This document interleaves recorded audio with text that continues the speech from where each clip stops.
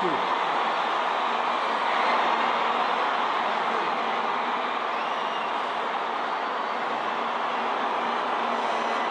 Thank you so much.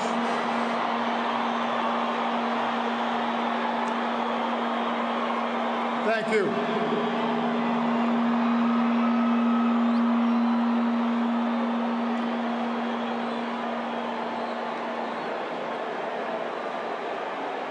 To Graça Machel and the Mandela family,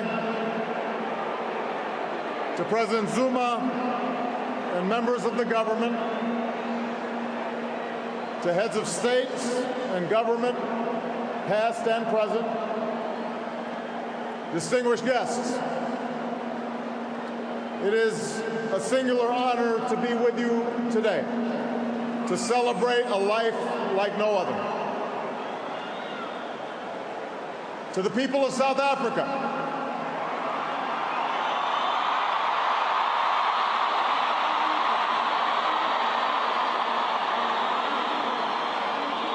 people of every race and every walk of life, the world thanks you for sharing Nelson Mandela with us.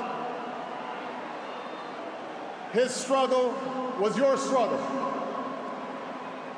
His triumph was your triumph.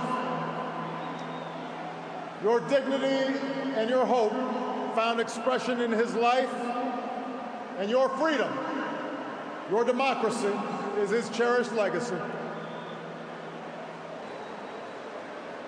Born during World War I, far from the corridors of power, a boy raised herding cattle and tutored by the elders of his Thembu tribe,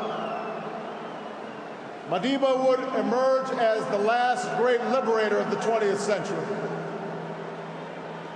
Like Gandhi, he would lead a resistance movement, a movement that at its start had little prospect for success. Like Dr. King, he would give potent voice to the claims of the oppressed and the moral necessity of racial justice. He would endure a brutal imprisonment that began in the time of Kennedy and Khrushchev and reached the final days of the Cold War. Emerging from prison without the force of arms, he would, like Abraham Lincoln, hold his country together when it threatened to break apart. And like America's founding fathers, he would erect a constitutional order to preserve freedom for future generations, a commitment to democracy and rule of law, ratified not only by his election, but by his willingness to step down from power after only one term.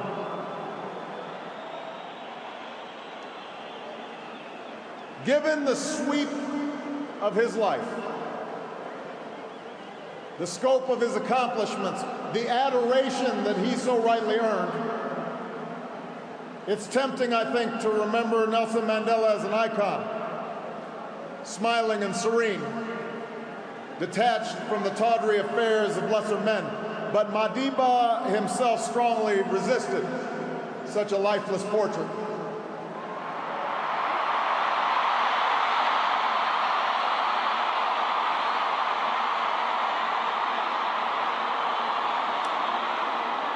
Instead, Madiba insisted on sharing with us his doubts and his fears, his miscalculations, along with his victories. I am not a saint, he said, unless you think of a saint as a sinner who keeps on trying. He was not a bust made of marble. He was a man of flesh and blood, a son and a husband, a father and a friend. And that's why we learn so much from him, and that's why we can learn from him still. Mandela showed us the power of action, of taking risks on behalf of our ideals.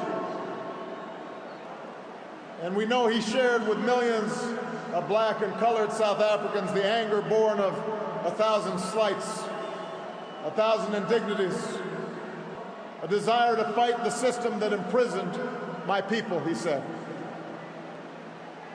But like other early giants of the ANC, Madiba disciplined his anger and channeled his desire to fight into organization and platforms and strategies for action so men and women could stand up for their God-given dignity.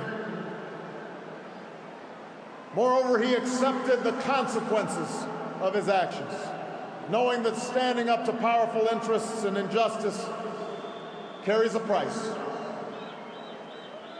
I have fought against white domination, and I have fought against black domination. I've cherished the ideal of a democratic and free society in which all persons live together in harmony and equal opportunities.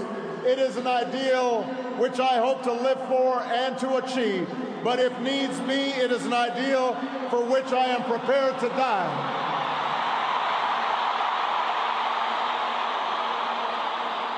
Mandela taught us the power of action, but he also taught us the power of ideas,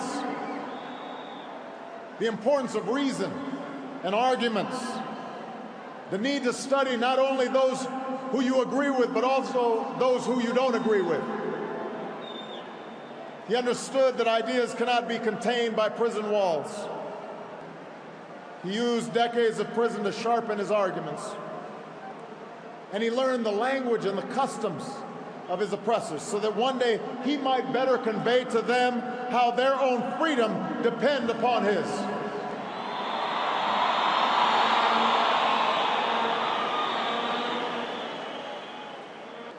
On core principles, he was unyielding, which is why he could rebuff offers of unconditional release, reminding the apartheid regime that prisoners cannot enter into contracts.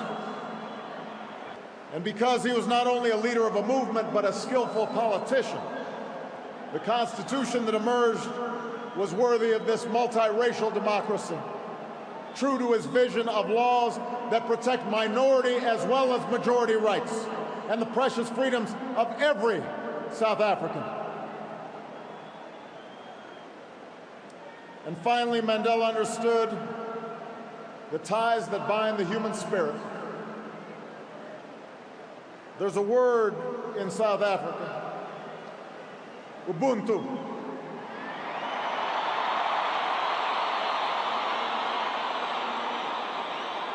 A word that captures Mandela's greatest gift.